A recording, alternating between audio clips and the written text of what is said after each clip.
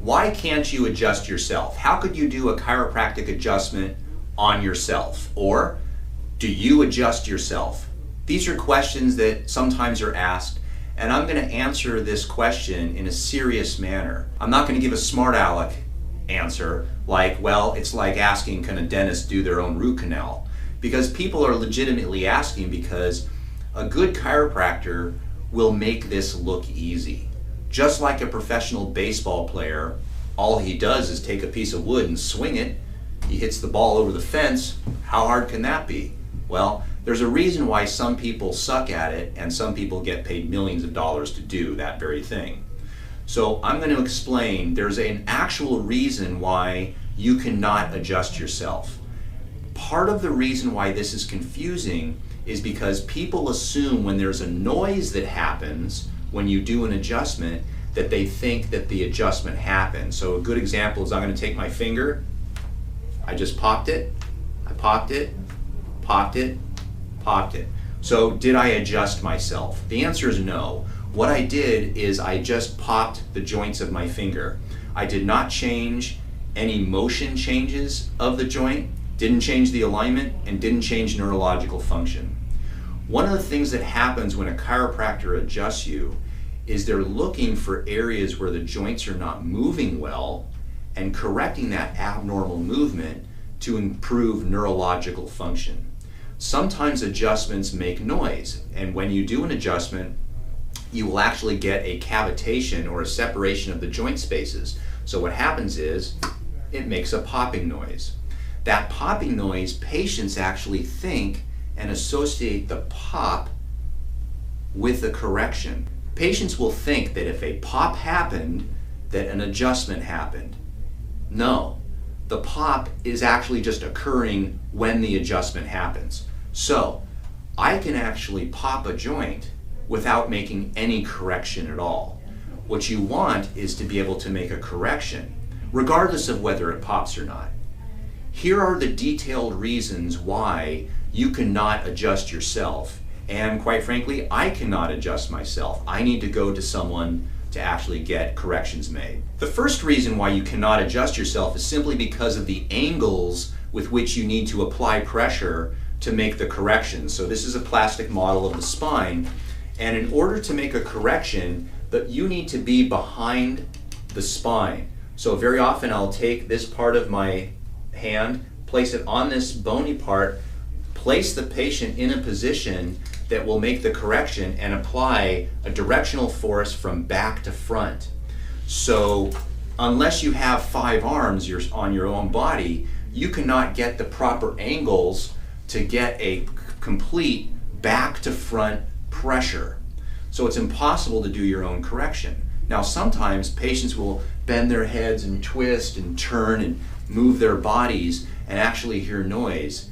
That's just ridiculous because that twisting motion does not correct the misalignments that we want to correct, and in addition to that, twisting motions tend to, even though they pop the joints, they aggravate and damage the discs. So when you're doing these twisting things yourself, you're actually creating damage to the spinal discs without any back to front correction. So just simply the angle with which you apply pressure to the bone limits people from adjusting themselves. Number 2, it takes a proper amount of force to actually make a correction without injuring the patient. Just like chemotherapy, if you give a person not enough chemotherapy, the cancer wins and the patient dies. If you give the patient too much chemotherapy, the cancer doesn't win, but the patient dies. Chemotherapy only works if you give the right amount that kills the cancer and doesn't destroy the patient that much. The same thing with a chiropractic adjustment. If I apply pressure on the joint, not enough won't make any correction. Too much will actually harm the joint. So it's an art of how to know when to apply enough pressure to the joint to get the joint to move properly without damaging the ligaments. Now, where 2 bones come together, there's a space called a joint, and there's a capsule or a ligament structure around that area. So when you apply pressure, you're stretching those ligaments and capsules just enough to create motion but not enough to damage the joint. When a person thinks that they're adjusting themselves by twisting their head and doing these things, you get all sorts of pops. And the reason why is because they're using too much force, they're gapping the joints that don't need to be adjusted, and this is why people feel they need to do it 20 times a day, because they keep creating injury, they get pain, they get a reflex spasm in that area, and they feel they need to do it again. That's why when you actually go to a good chiropractor, very often when they adjust you, it doesn't feel like it pops as much as when you do it yourself, and it feels like, wow, that guy really got a good one in there. And so what ends up happening is you notice that the adjustment relaxes areas because we're using the proper amount of force.